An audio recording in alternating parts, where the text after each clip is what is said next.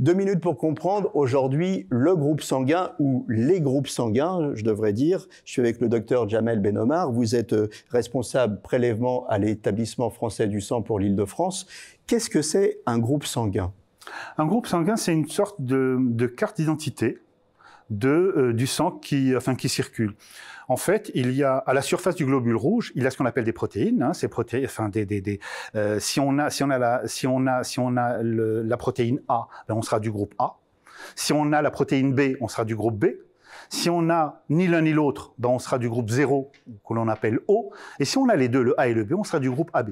Mais là, je n'ai brossé que les groupes sanguins dans le système ABO. Voilà, parce qu'il y a plusieurs systèmes, je crois qu'il y a plus d'une trentaine de systèmes de groupes sanguins, c'est ça? Il y a plus de 30 systèmes de groupes sanguins et il y a plus de 354 antigènes à la surface du globule rouge. Ce qui fait que votre groupe sanguin que vous avez a été hérité de votre père et de votre mère. Eh bien, c'est ce qui fait que vous ayez tel groupe sanguin. Donc vous vous rendez compte que ce groupe sanguin a une distribution loco-régionale, régionale, ethnique, continentale.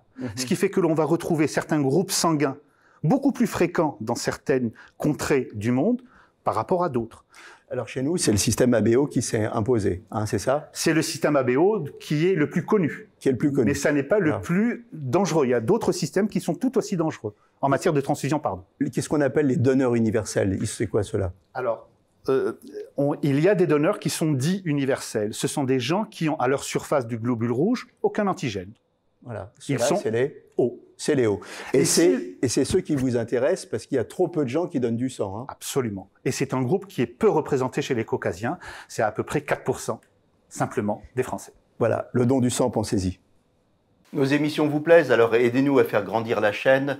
Pour parler santé au plus grand nombre, partagez, likez, abonnez-vous.